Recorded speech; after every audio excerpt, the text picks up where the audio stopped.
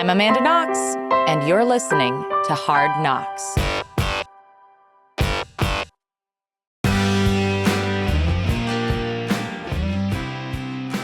Welcome to Hard Knocks.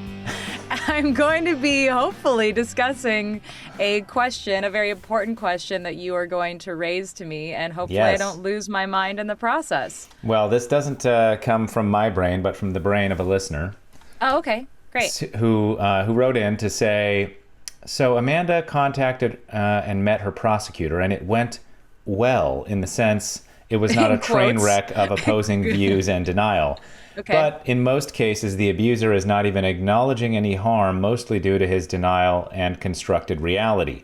So what do you have to say to the majority of people in a similar position who either are rightfully rejecting the idea of contacting such a person or who have contacted and train wreck? In my case, years ago, I tried to explain how I felt from the abuse of ongoing family scapegoating, and I got a total rejection of my feelings as if they are irrelevant to the situation, which simply continues within the same environment. And this is family. Then what? Okay. This is actually a really important question yes. Okay, great. This is very important because I really hope that people do not put themselves into horrible situations because they were inspired by me having done the very particular thing that I did, which was go back to Italy and confront my prosecutor. I think when I've talked about this outside of my book, I've always wanted to make clear that I don't necessarily recommend that people take the exact steps or do the exact thing that I did in relationship to my abuser, right? Like and I think the very important thing to remember is that I started out this journey in a way putting myself at risk in a way that I wouldn't recommend to somebody today, right? Like I was fixated on this idea that if I just, presented myself to my abuser in a, neutral environment, that they would recognize that I was not, a bad person, and then they would totally rethink everything. And one of the very important things that you did, Chris, in the course of my journey to do this specific thing that I did, was remind me that if I was going to Italy to this confrontation with my prosecutor,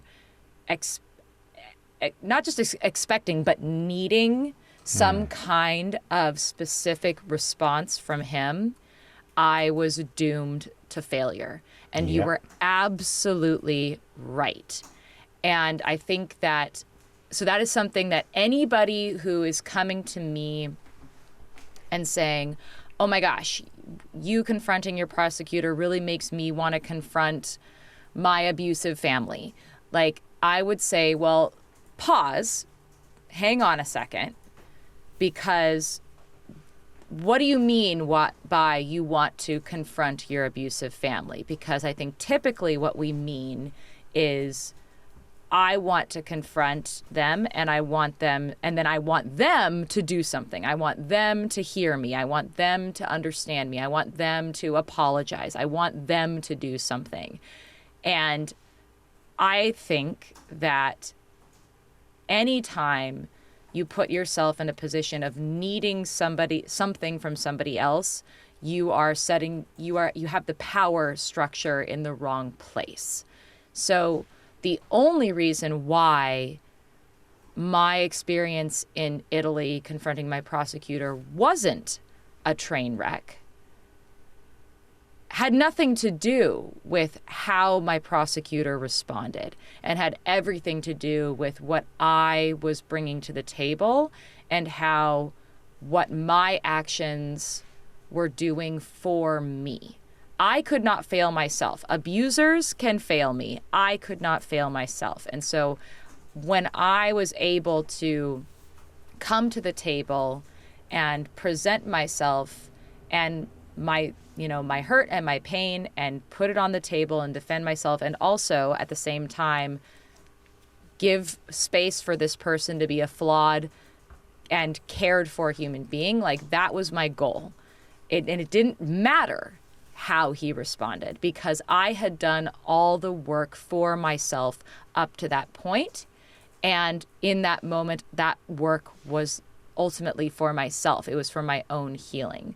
And so that is where I want to make sure that I'm very clear that, like, over the course of developing this relationship with my prosecutor, first of all, I was driven by my own innate curiosity. I was tormented by the idea that I didn't understand why my abuser had harmed me. I didn't understand. And I needed to understand. Not everybody feels that way. In fact, I think the majority of people don't really care to know why their abuser harmed them. Or, like, if they are curious, it's not to the level of almost obsession that it was for me.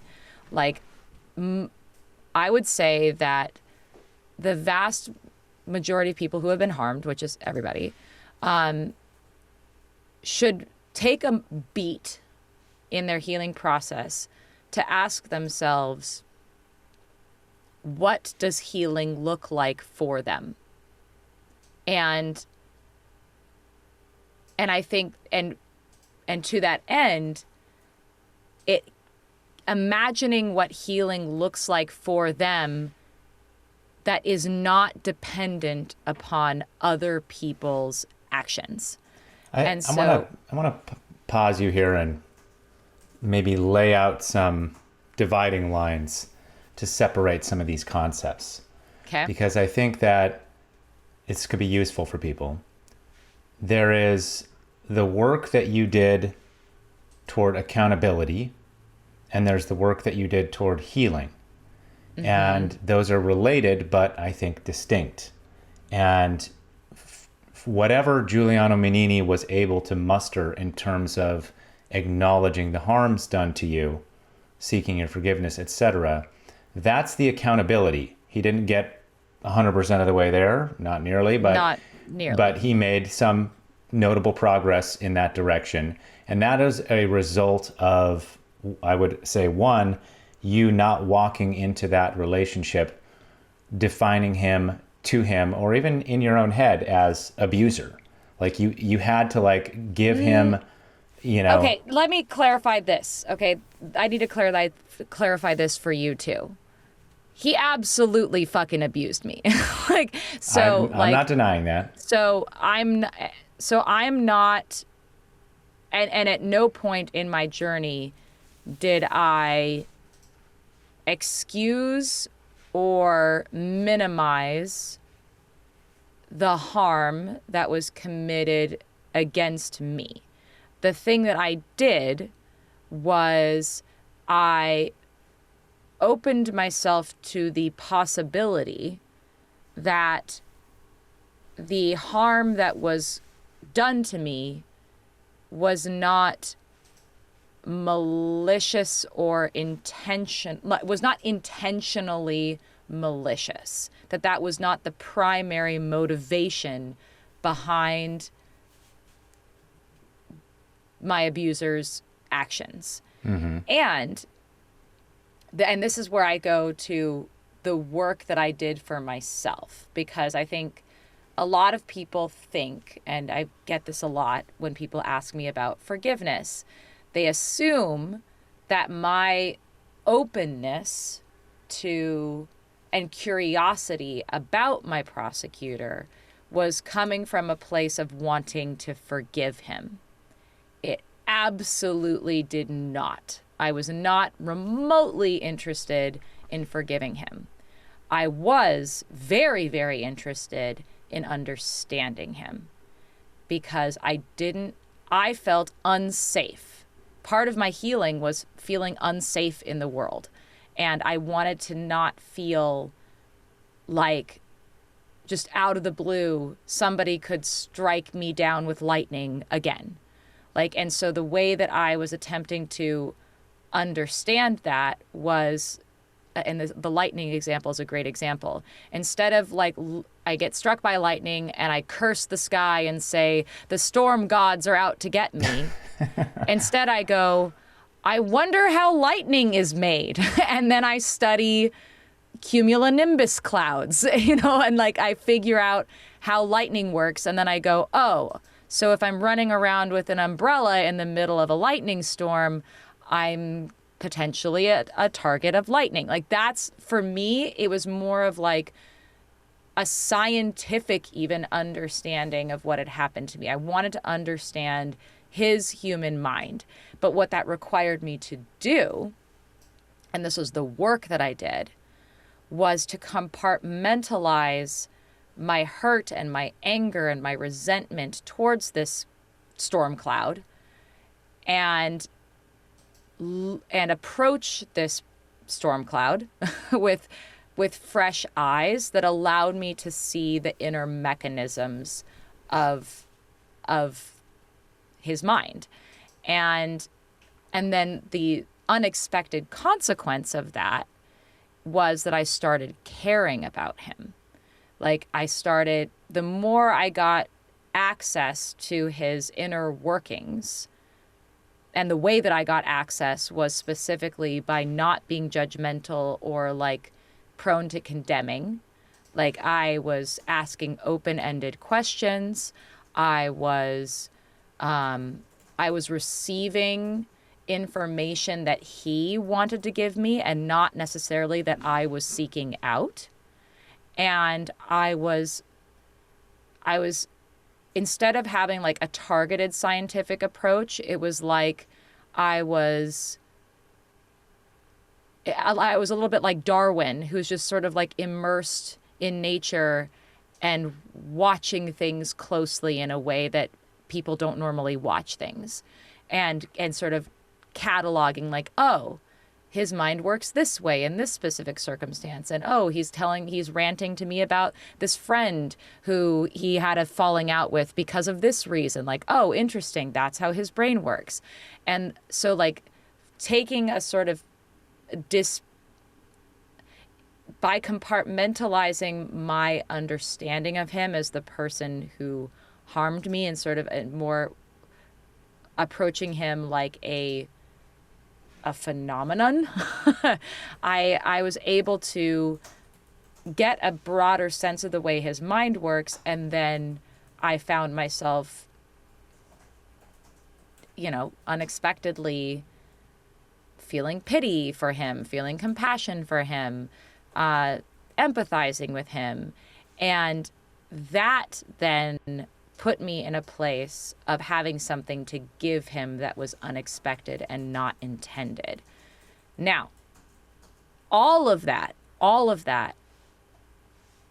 is work that I did for myself. That was none of the healing work that I did necessarily required any kind of interaction with my prosecutor at all. Like I was able to get to know him thanks to him being willing to engage with me in a non-confrontational manner. But like, first of all, it was non-confrontational. It was information gathering as opposed to information processing. And that's why he was willing and able to give it to me. Then when it came to the level of confrontation and information processing, that was where he failed to rise to the levels that one would hope someone in his position would. And in similar case to this person who went to his family or her family and said, here are how I have felt abused, and they just got rejection. Like that person was hoping that just by opening up to their family about hurt and pain, that their family would receive and reciprocate. And I would say that that person did not fail in their healing journey. And this is something that I think is so important, as I don't want the person who wrote that message asking that question to think that they failed. Like, they went and opened themselves up to their family, and what they received was not rejection. I mean, it was rejection, but like, what they received was further information about their family. Their family is not capable of I don't know if you can conclude that. I think you're reading into things that you don't have access to there about what their family is capable of. Well, what I'm saying, And though, the point is, though, that just because your abuser is not willing to engage with you does not mean that you have failed in your healing journey. well, this is why I'm trying to separate two things, accountability and healing. And what I was trying to say earlier is that you compartmentalized, you did not lead with, here's how you abused me. It doesn't mean you forgot that, but it does mean that any gains you made towards accountability from him were a result of you meeting him at 90%, not at 50%. You going way beyond what was your due in that journey in order to give him just unearned benefit of the doubt over and over and over again, to not walk into the door or walk into the conversation by saying, here's how you harmed me, I want an apology. You did not do that. Instead, you said, I want to get to know you. I feel like I don't know who you are. Can you tell me who you are? And you asked questions rather than told him how he had harmed you. Now, it doesn't mean that that stuff never came up. It did. But I think the gains that you made in accountability from him are a result of you not walking in the door with your hurt and the image of him as your abuser front and center as something you present to him. And what I heard in that message from this listener is that they walked into that, confrontation, and even calling it a confrontation, right? Yeah. It's like they walked in to say, here's how you harmed me, and I want you to acknowledge it. And the response they got was a rejection that they had been harmed, right? And so it's almost, I think, expected. That's how people react when you walk up to them and say, you hurt me, acknowledge it. That's not what you did. You got some measure of accountability by resisting every impulse to say that, and instead saying, I would like to understand your perspective on everything, and doing so in a non-judgmental way. Then there's the healing part of it, which is about what you can give, not what you can get.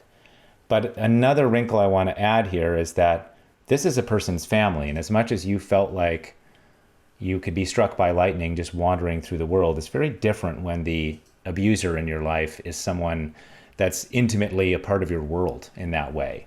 And yeah, so foundational. Yeah, and no, 100%. And I think that is a deeper trauma than the one I experienced, because this person was not a foundational figure in my life. In fact, he doesn't even have to be a figure in my life. He lives 5,000 miles away, and as big of an impact as he has had on my life, I could go about my day without having to worry about running into him or worrying about whether or not my children should have a relationship with him.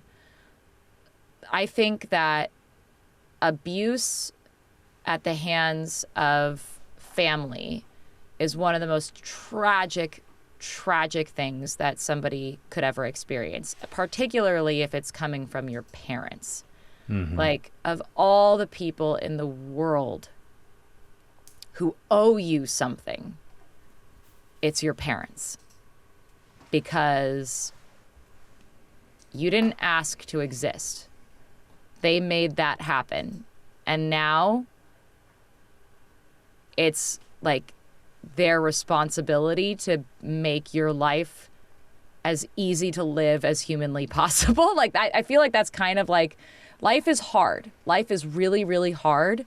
And if you are responsible for a life coming into existence, you owe that life. Like, you owe that person Yeah, I'm with you. I mean, family is bigger than just parents and siblings and cousins and uncles, and there's all sorts of relationships that, even if they don't have that direct responsibility for you existing, just the fact that they're intimate, so close to the like center of your personal social network, makes it a big deal. Well, it doesn't, you don't Right? necessarily have to have your family. Once you're an adult, you don't have to have any relationship at all with your family. No, but You, that's a choice that comes with costs, right? well, I'm just saying though, that like when you're a child, you don't have a choice. When you're an adult, you can decide, not worth it. Like, I'm going to go make a family elsewhere. And that's something that I think that people who have abusive situations should definitely consider. The problem is a lot of times in families, there's like abusive relationships, but not every relationship is abusive. You have a cousin that you really connect with and you love, or you have a grandparent that you love, but you can't stand your parents, whatever. And it's like, how do you maintain an intimate relationship with somebody who also has an intimate relationship with somebody that you want no relationship with? Like, it's very It's hard. not just that. It's also that people can treat you in one capacity, in one sort of realm of life, and then for a specific mode of interaction, they're a total asshole or abusive to you.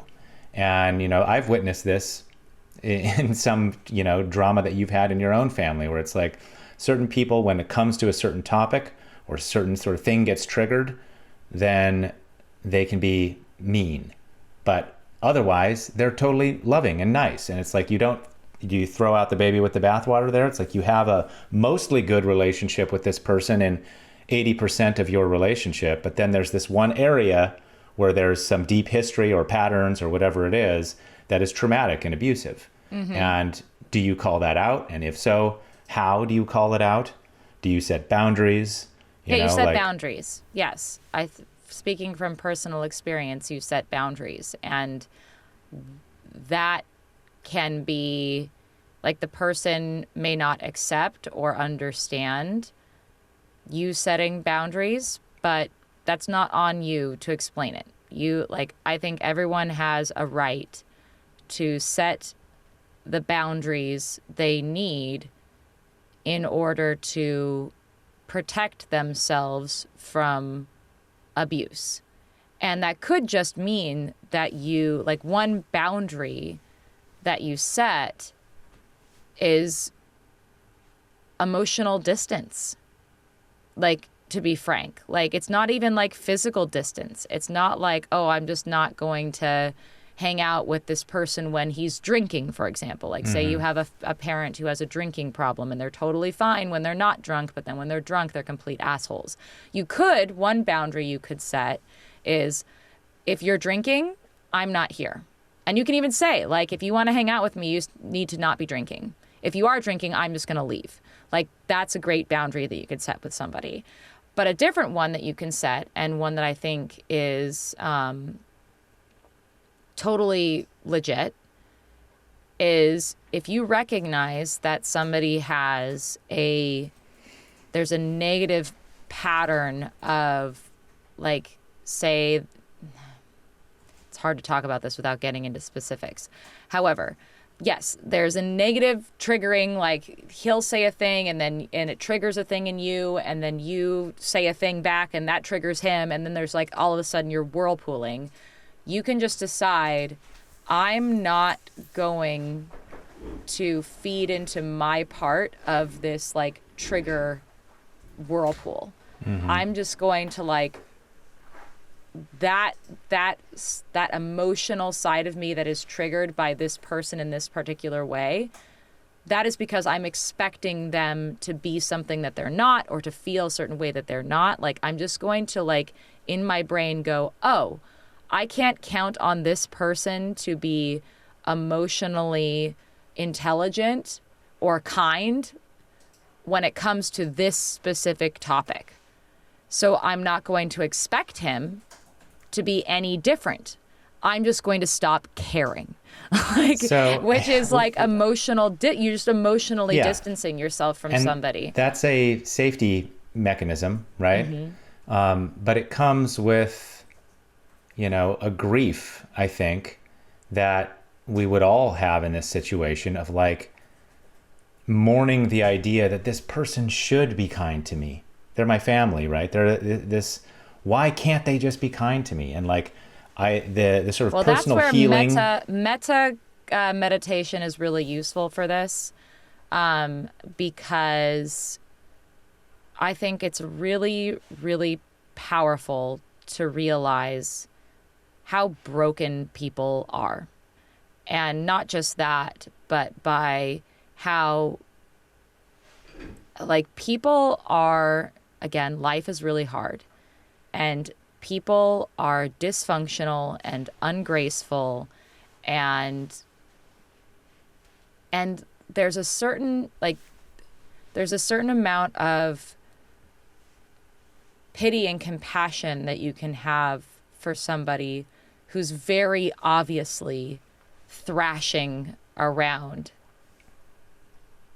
Like when it's really helped me as I've become a mom to realize that all adults are toddlers. Like and when I say meta meditation for those who are not aware is where you wish Loving kindness. It's loving kindness. So it's where you intentionally cultivate a feeling of like loving, kind energy, and you intentionally then project that loving, kind energy that you have towards the idea of a person, and any person. It could be someone that it's very easy for you to feel loving kindness for, or someone like yourself, or someone that you are in conflict with. That's the meditation. And I find that that's really easy to do when I remember and when I imagine all people as being like toddlers. Like toddlers in the midst of having a tantrum that they cannot, like they are just, I think we try to think that people should be better than they are. And in a certain sense, that is absolutely true. People should be better than they are. But also, they're just not. Yeah, like, for whatever reason, they're not getting their not. basic needs met, and they don't know how to express that And well. and they're not. Yeah. Like, in this moment, they're not. Maybe tomorrow they will be, but they're not right now.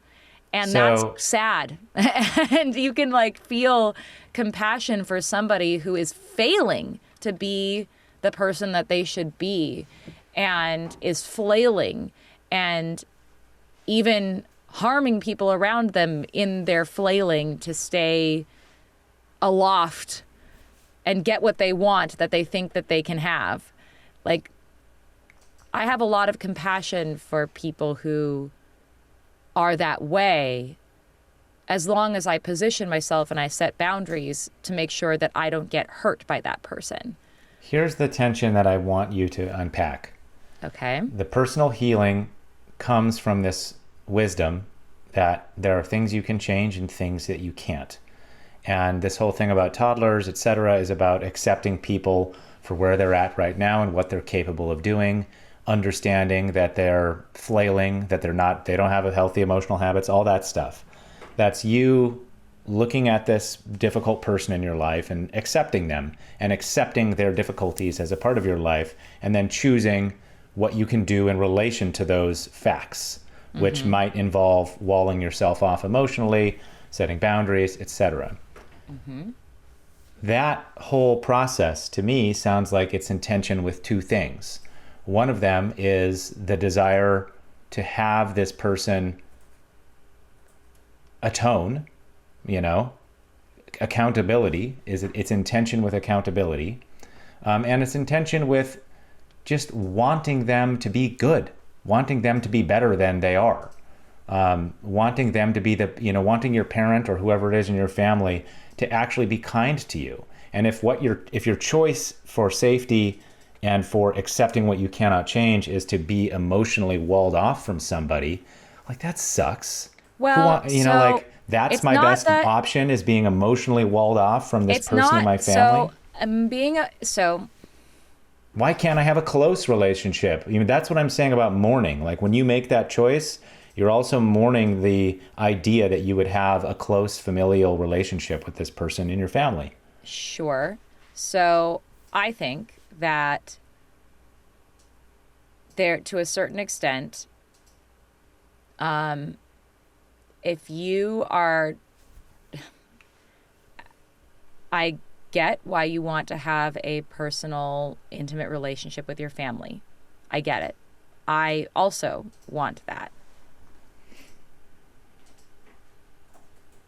Sometimes you don't get that.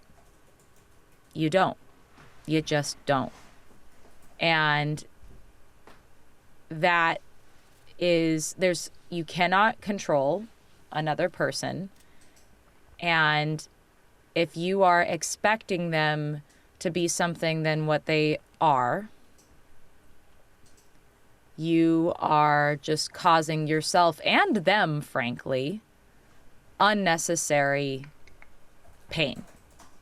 You are putting yourself in a position to have not just the normal suffering that comes from not getting what you want, but the extra layer of suffering of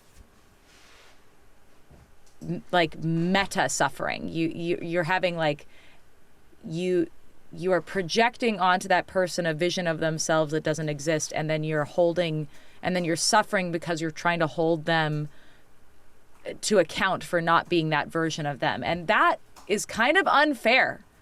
Like, I'm just like a little bit, I'm like, dude, other people are not for you. You are for you. And if that, father figure is not being the father figure that you want, you might be barking up the wrong tree.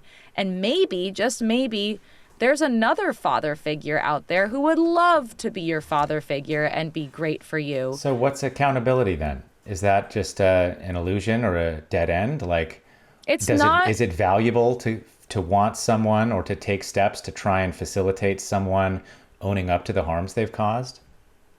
I would say that the primary person that you should be holding accountable is yourself, because that's the only person that you ultimately can hold accountable. The next person, like if you are hoping to hold someone else accountable, and this is something that is taught in things like nonviolent communication and other forms of conflict resolution that I think are actually highly effective, not just like ethical, but effective. And that's why I stand by them, is when somebody is in a position where they should be held accountable for something that they did wrong, they are like they are a child who's in trouble, right? Like, not just in trouble because they're like someone's gonna wag their figure at them, but there's a feeling of danger. This is an existential crisis. They have a problem, and they don't recognize that the solution to that problem is accountability. They don't understand that, and so they fight tooth and nail against accountability because they don't understand that it is for the mutual benefit of everyone.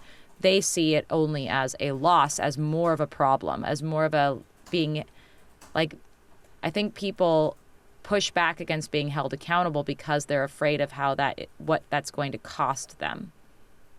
And I have found that if your goal is to positively influence someone in a way to hold themselves accountable, it is to offer them insight into how accountability is actually beneficial to them, but also to be their, instead of be their enforcer, their accountability enforcer, to instead be their companion who is pointing out a problem. Like they have an arrow through their arm and they need to pull it out. And it's only going to get more infected the longer you leave it in there. Let's figure out how to pull out this arrow. And they're like, no, it's going to hurt. And it's like, yeah, it's going to hurt. But you know what's going to hurt even more? Your arm falling off because you have gangrene. Like, being the person who's like, let's find a way to solve your problem is the kind way and the effective way of helping people do accountability. Like, people don't want, and honestly, real accountability isn't enforced. Real accountability is when somebody is like taking it upon themselves on their own terms and on their own volition. That's the real accountability that you want. When someone does their own fucking work and realizes, oh my gosh, I harmed somebody and I can't take it back, but here's what I can do to make it up to them, I hope. And like, I think about this as parents. Like, my job is not to be an enforcer of punishment. My job is to help my kid figure out how to either undo the harm they caused or to heal whatever they can in the aftermath of something that they can't undo. Is to like be there to help, like to see them and help them figure out the most effective way to be there, you know, to like be their companion as opposed to their enforcer. But you don't have to be that person. Like, you would hope that someone, like, one of the things that I found that was sort of weird and frustrating over the course of my relationship with Mignini was that he wanted me to basically be like, you're a good boy. Like, he wanted me to like be a mom, patting him on the head, being like, you're a good boy, without him like doing any of the work, you know? And I kept being like, well, you're a good boy at heart, but you got some work to do. And then he'd be like, no, I don't. No, I'm a good boy, you know? And I was just like, you know what? I can see your heart. I can see you're afraid.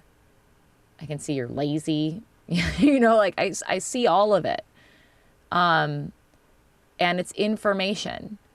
And I don't think that I don't look at that as like emotionally walling myself off from that person.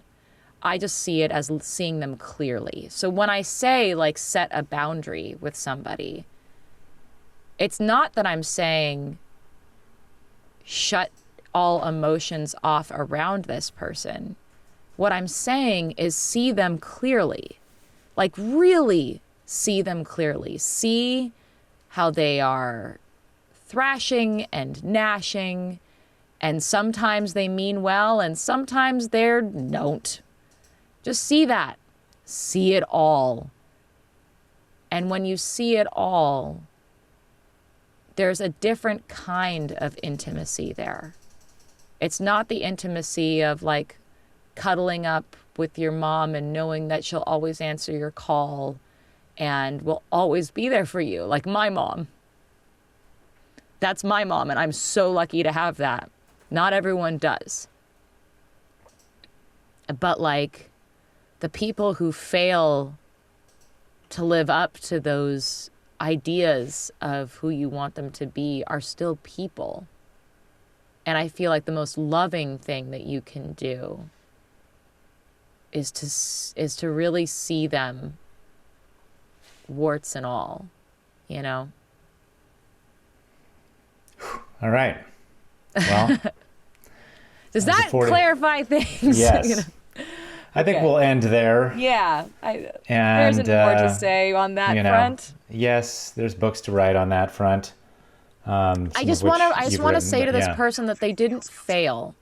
Like, just because they had a situation that didn't end the way that they wanted it to, they got more information about the people in their life. And how to effectively or ineffectively be around them. And that is all useful towards this end of like the intimacy of seeing someone clearly. All right. Well, if you have any further questions, serious or silly, please send them our way. You know how to find us at amandaknox.com or amandaknox.substack.com. And we'll see you next time. Thanks, everybody.